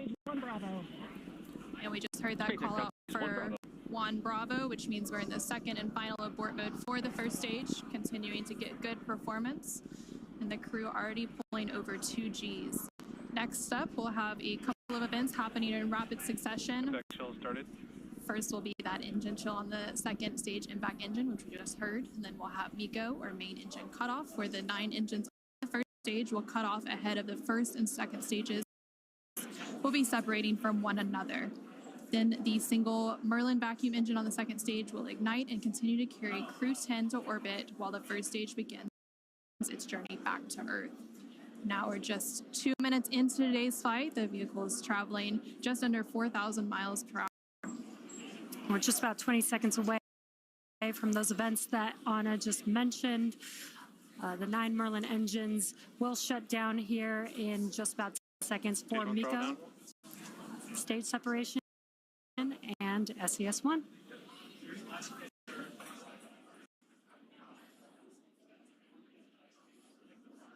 Main engine cutoff. SpaceX Dragon, 2 Alpha. Stage separation confirmed. Copy, 2 Alpha.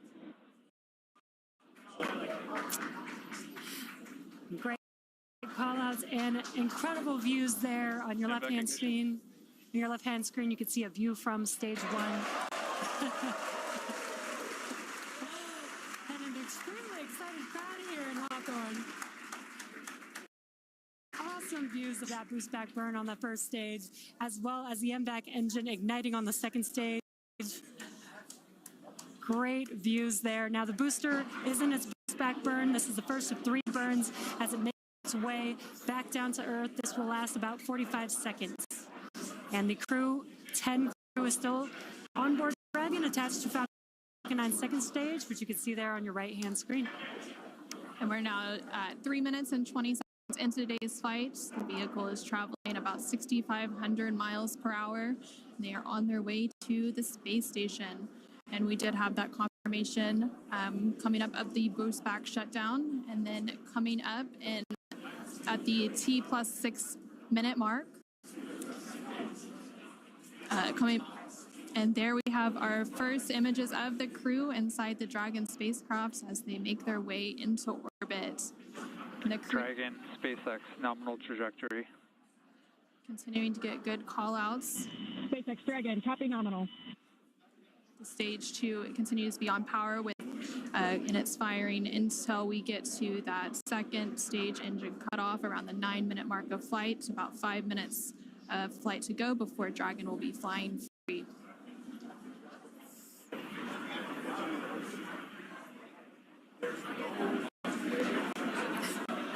Some cool views there on your left-hand screen. That's the first stage booster as it's making its way back down to Earth. This is a ground tracking camera getting these awesome views.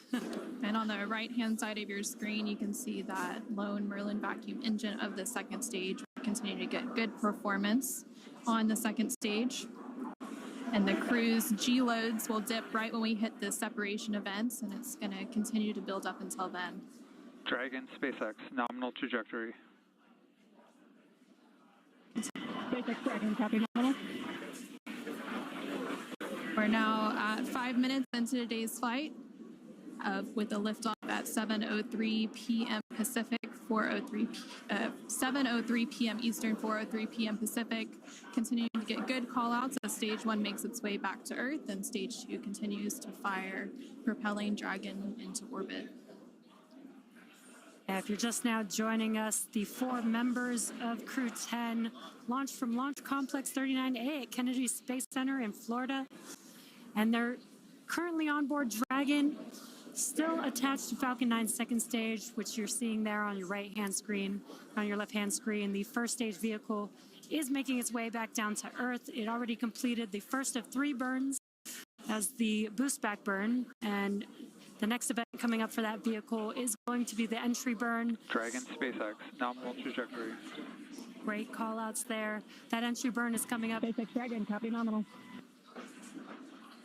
That entry burn is coming up here in just under 20 seconds. We'll reignite 3 of those 9 Merlin 1D engines to help slow the vehicle down as it makes its way back into the Earth's atmosphere.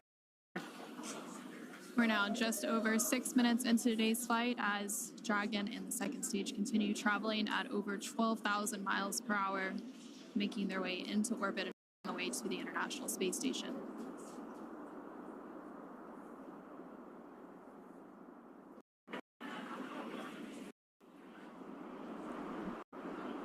There we just saw on the screen very quick, but we had the entry burn, which we got some cool views of that from the ground, which is awesome. Now the next event coming up will be the landing burn for the first stage. That's coming up here in about 30 seconds. Dragon SpaceX, nominal trajectory. Again, great call outs for SpaceX Dragon, copy nominal. Confirmation there from the crew as they continue to make their way into orbit. Now 7 minutes into today's flight, the first stage making its way back down to Earth and the second stage continuing to fire.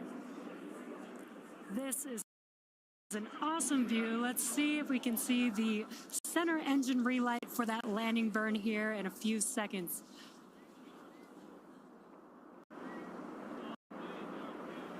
There's that landing burn. Let's watch as Falcon 9 touches down on landing zone 1.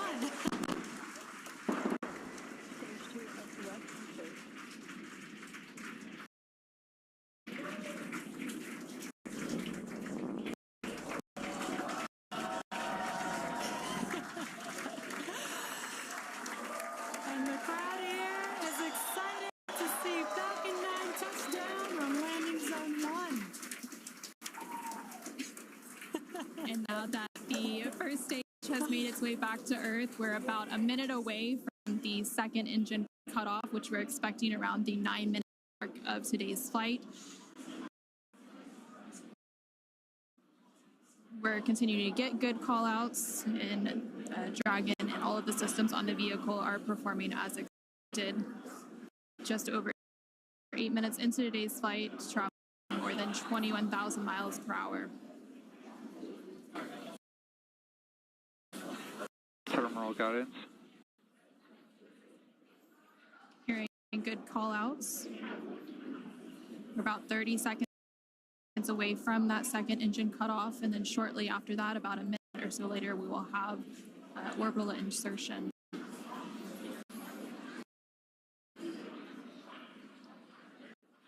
SpaceX Dragon, Shannon.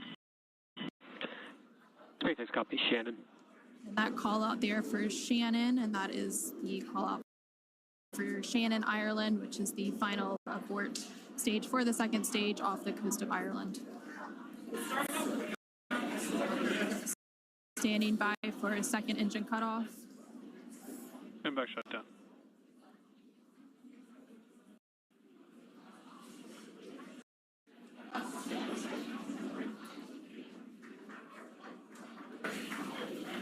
Dragon SpaceX, nominal orbit insertion.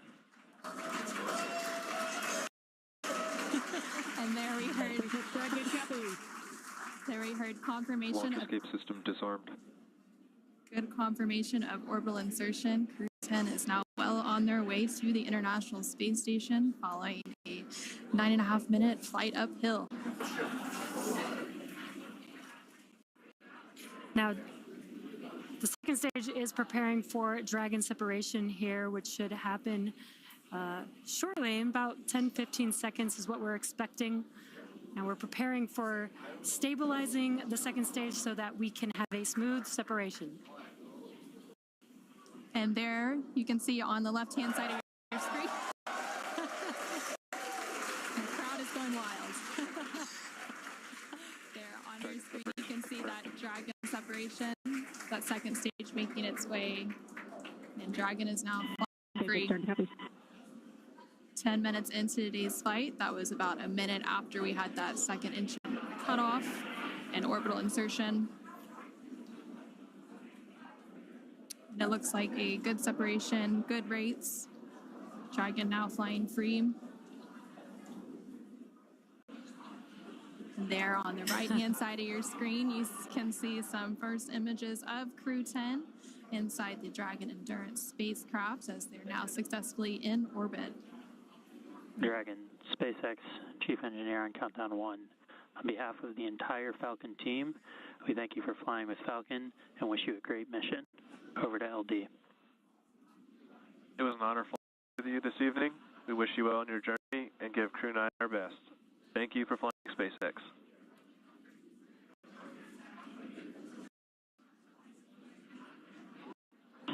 SpaceX Dragon, this is Crew-10 Commander Ann McClain. Thank you to all of the devotees from across the world who contributed to the launch today.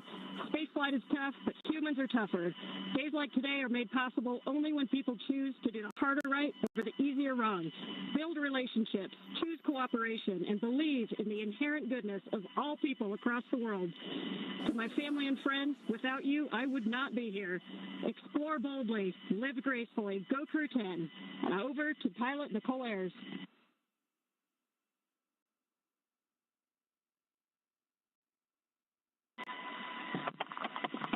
Nichole Ayers again. We're not the first humans to get to orbit, and we wouldn't be here without the bravery and hard work of those who have paved the way for human spaceflight. We now get the unique perspective of Earth without borders and get to revel in the connectedness of humanity. I would be remiss to not once again acknowledge those who helped me get here, to this wonderful view and this perspective, to the teachers, coaches, fellow officers, fellow teammates, Raptor Nation, to my friends and family that encouraged my dreams from the start. Thank you. I wouldn't be here without you.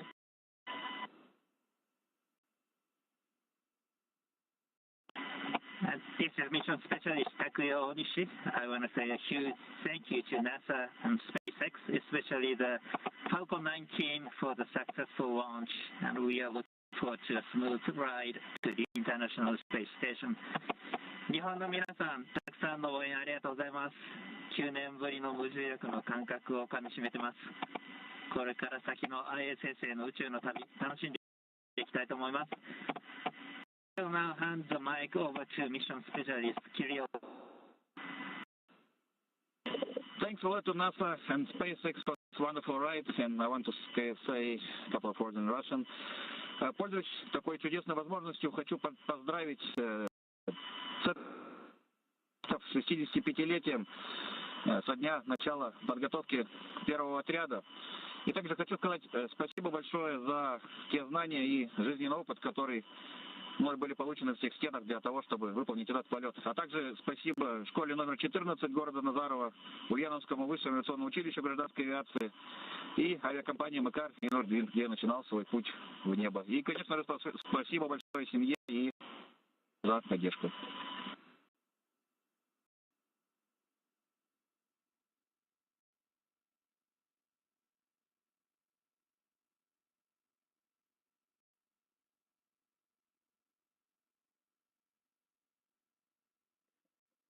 Thank you, Crew-10.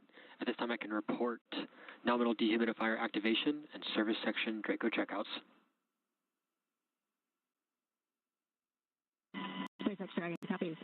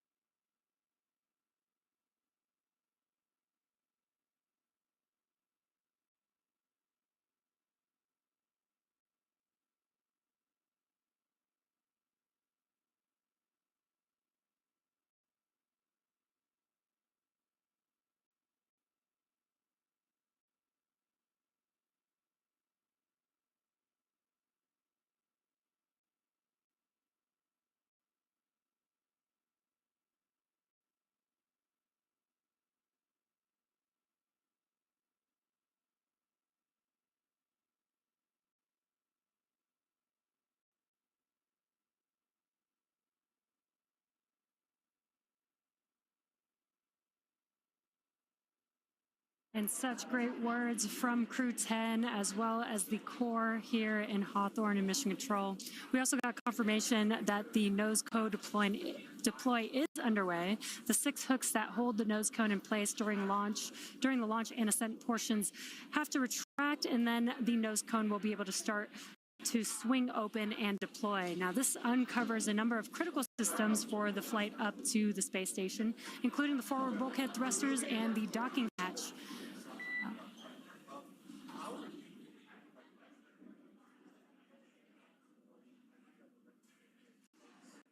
Just pausing in case there were going to be any comms. And we did have good confirmation, good checkouts of the 12 Draco thrusters around the service section. Now, for four to go after we get the nose cone open and then the ECLIS, the environmental control and life support system, activated inside of Dragon. Now soon the crew will be able to get their visors open and get out of their suits and settle in for the ride to the space station. And now we're just waiting for confirmation that the nose cone has fully deployed with all of the hooks open.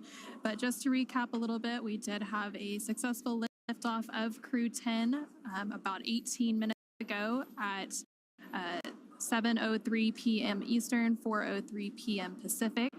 And following an approximately 9-minute ride after liftoff, we had that orbital insertion, and Dragon and Crew-10 were flying free and well on their way to the International Space Station. They now have an approximately a 28-hour journey before they do reach their destination of the space station, and that docking is targeted for tomorrow, March 15th at 8:30 p.m. Pacific, 11:30 p.m. Eastern to the forward-facing port of the station's Harmony module. Between now and then, Dragon will perform a series of burns as it catches up to the space station, and that first burn will be a phase burn about 30 minutes from now at 4:52 p.m. Pacific, 7:52 p.m. Eastern. And the nose cone is about 75% open at this point. Human spaceflight has come so far in the last 5 years with Dragon. In addition to flying people, SpaceX's Dragon spacecraft also enables researchers the opportunity to fly critical science to orbit. And so far, SpaceX and Dragon have carried over 1,000 research experiments to and from low Earth orbit, both to the International Space Station and on our free flyer missions. From DNA sequencing to 3D printing studies enabled by Dragon and the space station Dragon and the space station test a variety of technologies, systems, and materials that will be needed for future long-duration exploration missions. Now, every mission yields critical science and research and learnings that help make life both on Earth and in space better. And flights like today's help us continue to lay this foundation for our future among the stars and continue our mission to make life multiplanetary. Once Crew-10 does arrive to the International Space Station, they will, of course, partake in some additional science and research. They will have over 200 experiments that they will contribute to during their time aboard the International Space Station. Again, we're just standing by for confirmation that that nose cone has fully deployed. And we may also get some additional look inside the cabin of the crew. As we patiently wait for those views, we are trying to see if we can get some views. We were seeing some views from the second stage. This looks like it might be a view from the forward. Dragon SpaceX nominal nose cone opening and forward bulkhead Draco checkouts.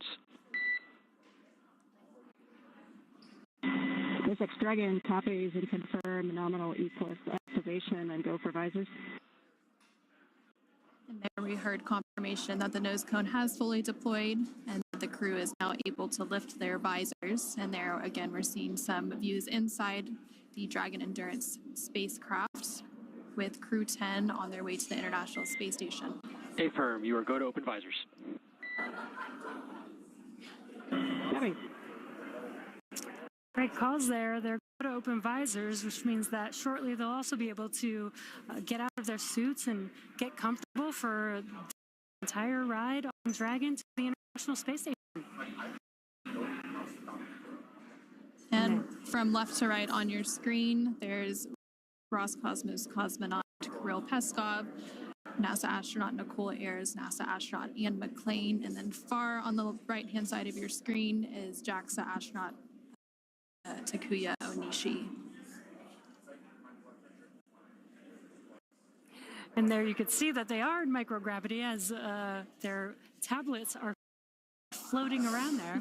They do have them attached to a little string that helps allow them so that, you know, as they're strapped into their seats, they don't lose their tablets. We're now just over 20 minutes into today's flight following that successful liftoff at 7:03 p.m. Eastern, 4:03 p.m. Pacific. There you're getting an over-the-shoulder view between the commander and pilot, so Ian McClain and Nichole Ayers.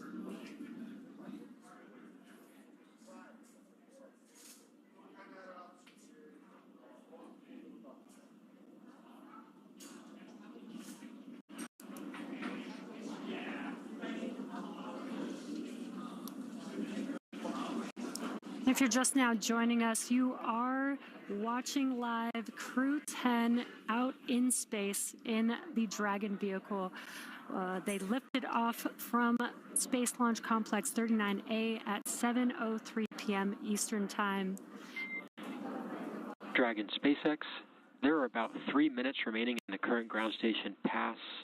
At this time, you're welcome to introduce your zero-G indicator. We're using the full crew cam so we can see all 4 crew members right now. All right, copy. Thank you, SpaceX. We'd like to introduce the Crew-10 G indicator. Takuya is holding him up. This is a hand crochet origami crane. Japanese origami, hand crocheted in the United States, and his name is Drug, which is the Russian name for friend. Origami is the Japanese art of folding paper. This is a nod to the unique and deep cultural traditions from which each of us come. While we're from different parts of the world, we are brought together in this bold endeavor, and we represent all of humanity. The folded paper design was also chosen to represent paper airplanes that we made when we were kids, before we were astronauts, when all we had was a dream. And we looked up at the sky and we wondered, what if? It's a symbol that every big accomplishment starts with a quiet dream, and that dreams do come true when you believe in yourself and you listen only to those who believe in you. Crew-10 believes in all of the dreamers. The flag and the number markings on the crane, there's a number 10 on each of its wings and a flag from each one of our countries on the tail. This is a nod to each of our shared experiences as professional pilots. These patches are arranged to look like an airplane. This is a source of deep pride for our crew, because what pilot doesn't like to talk about the fact that they're a pilot? But this also symbolizes our shared culture as astronauts. In years of training together, we found we have far more in common than we do different. Our zero-G indicator was handmade by a small business owner in the United States. This represents all the hands which created our entire space program, and this rocket and this capsule that we're flying today. It also represents all of the artists and musicians who inspire people to imagine beyond what they can see. Spaceflight is perhaps the most complex endeavor of our time, but it was built one step at a time, by one person at a time. Finally, the origami crane is the international symbol for peace, hope, and healing. Crew-10 hopes to serve as a beacon of hope, a reminder of what humans can accomplish when we see the goodness in one another and we choose to work together toward a common goal. Today, we are united not through common enemy, but through shared optimism and basic belief in the goodness of humanity. It is far easier to be enemies than it is to be friends. It's easier to break partnerships and relationships than it is to build them. Spaceflight is hard, and success depends on leaders of character who choose the harder right over the easier wrong, and who build programs, partnerships, and relationships. We explore for the benefit of all. If you want to go fast, go alone. But if you want to go far, go together. Crew-10 chooses to go together in peace, because you cannot be great without the greatness of others. Go NASA, go Roscosmos, go JAXA, and go Crew-10.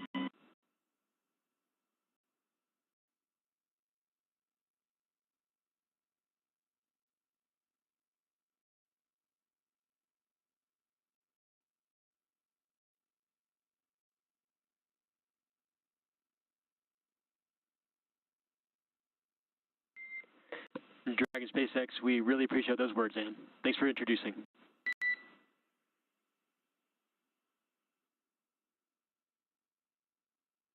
From NASA astronaut and the Crew-10 commander, Ann McClain. And again, Crew-10 comprised of McClain along with NASA astronaut Nichole Ayers and JAXA astronaut Takuya Onishi along with Roscosmos cosmonaut Kirill Peskov are now safely in orbit following an approximately 9-minute ride after a liftoff at 4:03 p.m. Pacific, 7:03 p.m. Eastern from NASA's Kennedy Space Center in Florida. The crew now has an approximately 28-hour journey ahead of them before they reach their destination, the International Space Station. Again, docking is targeted for tomorrow, March 15th at 8:30 p.m. Pacific, 11:30 p.m. Eastern to the forward-facing port of the station's Harmony module. Between now and then, Dragon will perform a series of burns to catch up with the space station, and that first burn will be taking place around 4:52 p.m. Pacific, 7:52 p.m. Eastern today. And those were some great words about the zero-G indicator. Very incredible. Human spaceflight has come so far in the last 5 years with Dragon. In addition to flying people, SpaceX's Dragon spacecraft also enables researchers the opportunity to fly critical science to orbit. Now, so far, SpaceX and Dragon have carried over 1,000 research experiments to and from low Earth orbit, both to the International Space Station and on our free flyer missions. From DNA sequencing to 3D printing, studies enabled by Dragon and the space station test a variety of technology, systems, and materials that will be needed for future long-duration exploration missions. Every mission yields critical research and learnings that help make life both on Earth and in space better. And flights like today's help us continue to lay the foundation for a future among the stars and continue our mission to make life multiplanetary. Now, we'll be signing off from SpaceX for now, so we're going to send it back to NASA. But before we go, we want to thank NASA for entrusting us with today's mission, and thank you all for being here with us today. And with that, we're going to end our coverage from Hawthorne until we pick back up with our docking coverage in about 26 hours at 6:45 p.m. Pacific, 9:45 p.m. Eastern tomorrow, March 15th, for that targeted docking to the International Space Station at 8:30 p.m. Pacific, 11:30 p.m. Eastern. So for now, thank you for joining us, and back over to you, Jessica and Daryl at the Kennedy Space Center to wrap up today's coverage. And welcome back to the Kennedy Space Center in Florida, where we just watched Crew-10 lift off from Launch Pad 39A. The crew is now en route to the International Space Station. I'm Daryl Nail. This is NASA astronaut Jessica Meir, who just watched one of her close friends and many friends, Crew-10, go up into space. And I'm wondering what that moment was like for you. Well, I will tell you, it is a moment that you never forget. I am so excited right now sitting here thinking, especially of Nichole and Kirill, because that first time experiencing prolonged weightlessness is something that they will never forget, and they will be talking about it for years and years for the rest of their lives, just like I recounted my stories here tonight. Those words were all so inspirational as well. I love how they unveiled their droog, their origami crane. It really hit on so many important themes tonight, talking about this Japanese art of folding paper, really combining all of the cultures of their crew, the name being a Russian name meaning friend, the origami crane for Japanese culture, all of the flags on the crane, handmade by a small business in the U.S. It really highlights so many important elements that I know are so important to the crew and to all of us at NASA and all of the space agencies. Ideally, really in summary, highlighting the representation of peace, of hope, and of healing, and that we are all truly stronger when we work together. So thank you, Anne. Thank you, Crew-10, for those incredible words. I think that there's a lesson there for all of us tonight. We are exploring for the benefit of all. And Crew-10 believes in all dreamers. Thank you for highlighting the words of Commander Anne McClain as well.